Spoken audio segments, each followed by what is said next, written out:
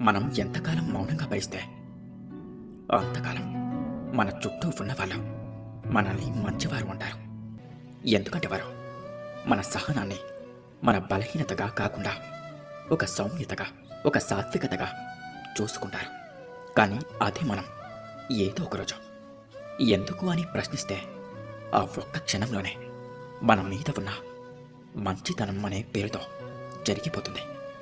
మనం చేసిన అన్ని మంచి పనులు, మనం చూపిన అన్ని సహనాలు, మనం చేసిన అన్ని త్యాగాలు ఒక్క క్షణంలోనే మర్చిపోయి మనపై ఎక్కడా లేని చెడుతనాన్ని అంటగడతారు. ఇదే సమాజపు స్వభావం. ఎందుకంటే చాలాసార్లు ప్రపంచం మన నిజమైన వ్యక్తిత్వాన్ని కాదు, మన నిశ్శబ్దాన్ని మాత్రమే కొలుస్తుంది. మనం మౌనంగా ఉంటే సౌమ్యులుగా భావిస్తారు. మనం ఒక్కసారి కలమెత్తితే వారు మనల్ని అహంకారులు, తిరుగుబాటుదారులుగా, తప్పు చేసిన వాళ్ళుగా చూపిస్తారు.